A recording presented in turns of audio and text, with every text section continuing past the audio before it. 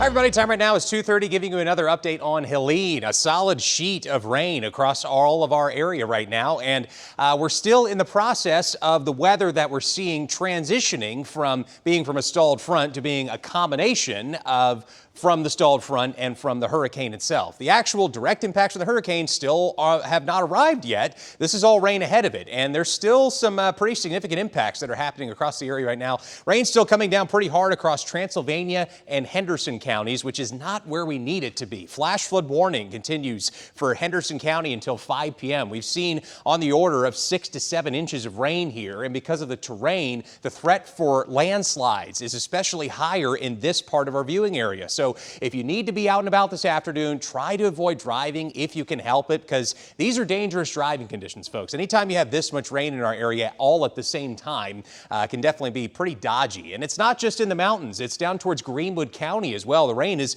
definitely starting to get a little heavier in Abbeville and Greenwood counties. Got a flash flood warning in effect for Greenwood County until 7 p.m. That's thanks to around 3 to 3.5 inches that's fallen thus far, with an additional 2 to 3 inches possible over the next hour or so. We've already seen 6 to 8 inches of rain towards northern Oconee County, northern Pickens County, as well as northern Greenville County near Tigerville. Check out the rainfall amounts up towards McDowell County. Really impressive stuff, on the order of 10 inches east of Asheville and over towards Marion.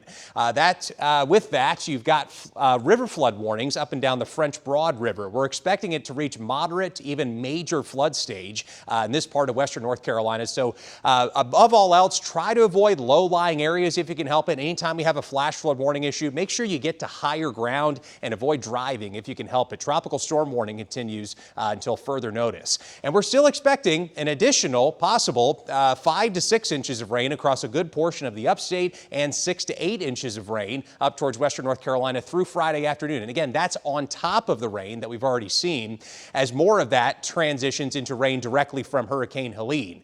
As of right now, the winds are up to 120 miles per hour, and that is moving north-northeast at 16 miles per hour. It's picking up its forward progress, and now it is officially a Category 3 hurricane. That makes it a major hurricane, still expected to make landfall in northwestern Florida. The actual track hasn't shifted all that much, maybe a slight jog to the east, but above all else, the impacts for us don't look to have changed all that much, which are still, really significant. We're still going to see more bands of these downpours coming in the rest of the night tonight. The winds won't start to pick up really until after midnight tonight. For the rest of the afternoon and the early evening, you're not going to notice the wind all that much. There will be a slight lull in the rainfall after midnight, but it's really 3, 4 o'clock in the morning that things really start to accelerate. And 6 to 7 o'clock in the morning, that's definitely not the time that you want to be out and about. If you can help it, early tomorrow morning, try to stay indoors or at home if you can, because look how close to the area this center of storm is going to be passing to us. It's possibly passing right over top of Stevens and Franklin County in northeast Georgia.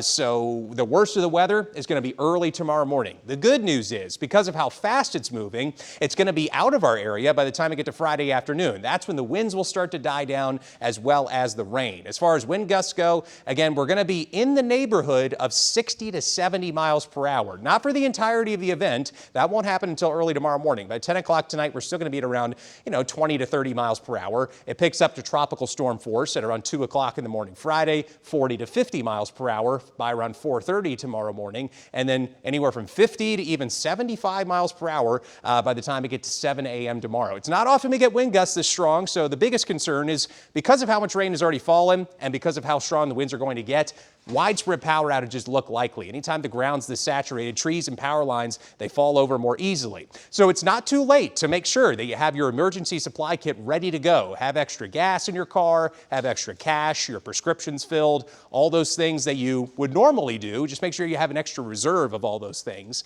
because the power could be out for a couple of days potentially. And of course, if you have a flash flood warning issued in your area, seek higher ground. Make sure you turn around, don't drown, and never drive through floodwaters. We'll have another update for you coming up in just a bit right here.